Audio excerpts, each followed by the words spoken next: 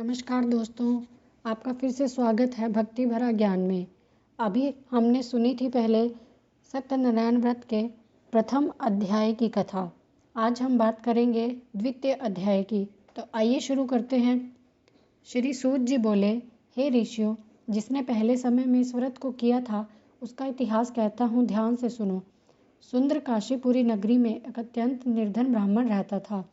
भूख प्यास से परेशान वह धरती पर घूमता रहता था। ब्राह्मणों से प्रेम करने वाले भगवान ने एक दिन ब्राह्मण का वेश धारण कर उसके पास जाकर पूछा, हे विप्र, नित्य दुखी होकर तुम पृथ्वी पर क्यों घूमते हो? दीन ब्राह्मण बोला, मैं निर्धन ब्राह्मण हूँ, भिक्षा के लिए धरती पर घूमता हूँ। हे भगवान, यदि आप उसका कोई उपाय जानते हो तो बताएं।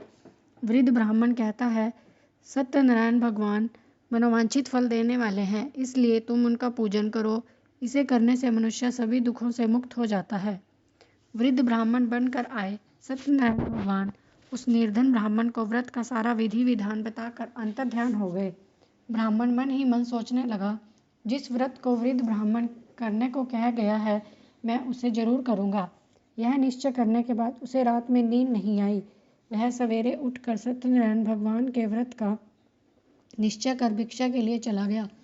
उस दिन निर्धन ब्राह्मण को भिक्षा में बहुत धन मिला, जिससे उसने बंधु बांधवों के साथ मिलकर सत्यनारायण भगवान का व्रत संपन्न किया।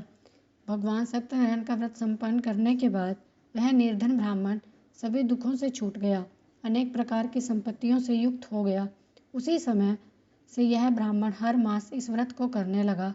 इस तरह से सत्यनारायण भगवान के व्रत को जो मनुष्य करेगा वह सभी प्रकार के पापों से छूटकर मोक्ष को प्राप्त होगा। जो मनुष्य इस व्रत को करेगा वह सभी दुखों से मुक्त हो जाएगा। श्री सूत जी बोले, इस तरह से नारद जी से नारायण जी का कहा हुआ श्री सत्यनारायण व्रत मैंने तुमसे कहा। हे ब्राह्मणों, मैं अब और क्या कहूँ? ऋषि बोले, हे मुनिवर, संसार में उस विप्र से सुनकर और किस किस ने इस व्रत को किया, हम इसको भी सुनना चाहते हैं, जिसके लिए हमारे मन में श्रद्धा का भाव है। सूत जी बोले, हे मुनियों, जिसने इस व्रत को किया है वह सब सुनो। एक समय वही विप्र धन व ऐश्वर्या के अनुसार बंधु बांधवों के साथ इस व्रत को करने को तैयार हुआ। उसी समय लकड़ी बेचने वाला बूढ़ा आदमी आया और लकड़ियां बाहर रखकर अंदर ब्राह्मण के घर में गया। प्यास से दुखी वह लकड़हारा उनको व्रत देखकर विप्र को नमस्कार कर पूछने लगा, आप यह क्या कर रहे हैं?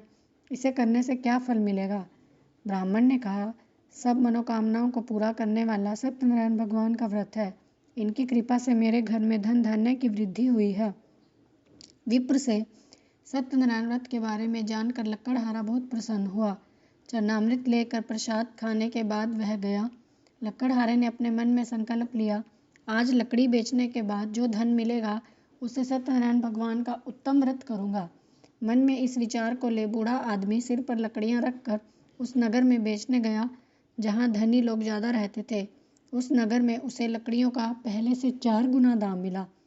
बूढ़ा प्रसन्नता के साथ दाम लेकर केले, शक्कर, घी, दूध, दही और गेहूं का आटा ले सत्यनारायण भगवान के व्रत की अन्य सामग्रियां लेकर अपने घर को गया।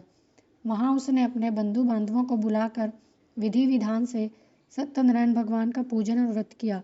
इस व्रत के प्रभाव से वह बूढ़ा लकड़हारा धन पुत्र आदि से युक्त होकर संसार के समस्त सुख भोग कर अंतकाल में वैकुंठ धाम चला गया। इति श्री सत्यनारायण व्रत कथा द्वितीय अध्याय। श्रीमन्नारायण नारायण नारायण भजमन नारायण नारायण नारायण। श्री सत्यनारायण भगवान की जय।